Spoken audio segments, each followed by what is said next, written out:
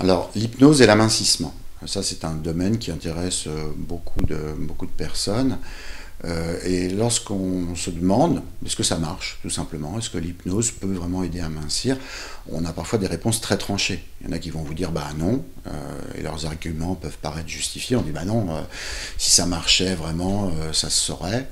Et puis d'autres qui vont vous dire l'inverse, hein, oui, ça marche à tous les coups, vous allez voir un hypnotiseur, un hypnopraticien, et vous allez mincir comme par magie. Comme toujours, la vérité est un peu plus nuancée. La prise de poids est multifactorielle. Il y a des composantes génétiques sur lesquelles l'hypnose ne peut pas agir là-dessus. La prise de poids peut être liée, c'est vrai, à l'alimentation, mais c'est aussi peut-être considéré comme une bouée, une forme de refuge. Alors, est-ce que ça fonctionne avec l'hypnose? Ça, c'est la question qu'on pourrait se poser. Alors, oui, ça fonctionne à condition que la personne mette en place un changement alimentaire. Alors là, il faut être très précis là-dessus parce que si on laisse croire aux gens qu'il suffit qu'ils fassent une séance d'hypnose en mangeant comme avant pour obtenir une perte de poids durable, ça peut être vrai dans certains cas parce que l'hypnose va agir sur le phénomène de faim. Et d'ailleurs, si on réfléchit un petit peu, ça serait peut-être le meilleur régime. C'est celui qu'adoptent les animaux sauvages. Ils mangent quand ils ont faim. Et quand ils n'ont plus faim, ils s'arrêtent. C'est l'instinct, en fait, qui prévaut.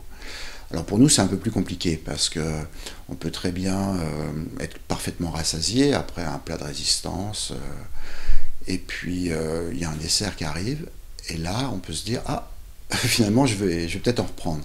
Donc là, il y a la vraie faim, et puis on pourrait appeler ça, pas une fausse faim, mais ce qui dirait la gourmandise, le plaisir du palais. Alors, dans le cadre des consultations, on cherche à mettre sous contrôle le sucre. Alors quand je parle du sucre, c'est au sens large, hein. Il y a tous les sucres rapides, qui donnent ces desserts qui sont si savoureux, et puis même ce qu'on appelle les sucres complexes, c'est-à-dire les féculents, pain, pâtes, pizza. Alors, il n'y a pas de régime, bien évidemment, parce qu'on sait aujourd'hui que ça ne fonctionne pas. N'empêche que ce type d'aliment doit être sous contrôle. C'est-à-dire qu'on ne peut pas manger sans modération des sucres rapides, tous les types de féculents. Si c'est la base de notre alimentation, ça ne sera pas facile de vraiment mincir. Parce que les sucres, lorsqu'ils ne sont pas brûlés, en fait, ils ont tendance à s'accumuler sous forme de tissu adipeux. Alors, là où l'hypnose est intéressante, c'est qu'elle va pouvoir modifier notre perception de la nourriture. C'est-à-dire, on insistera davantage sur nos sensations. Manger quand on a faim. Lorsqu'on n'a plus faim, il y a le désir d'arrêter de manger. Et on va avoir du plaisir à manger, parce que c'est là où les régimes échouent, hein. On a le plaisir de manger, mais on peut retrouver, et c'est aussi important, le plaisir d'arrêter lorsqu'on n'a plus faim. Retrouver cette faim naturelle, cette satiété. Et vraiment de découvrir une palette alimentaire un petit peu plus large. On sait qu'il y a des aliments, si on n'est pas végétarien, on peut manger de la viande, du poisson, des légumes. C'est des aliments sur lesquels tout le monde est d'accord. On peut en manger à profusion.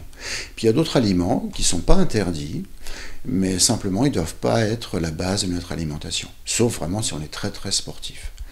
Et l'hypnose va nous permettre en fait d'intégrer ces notions beaucoup plus rapidement que si quelqu'un vous l'expliquait comme ça dans votre état habituel.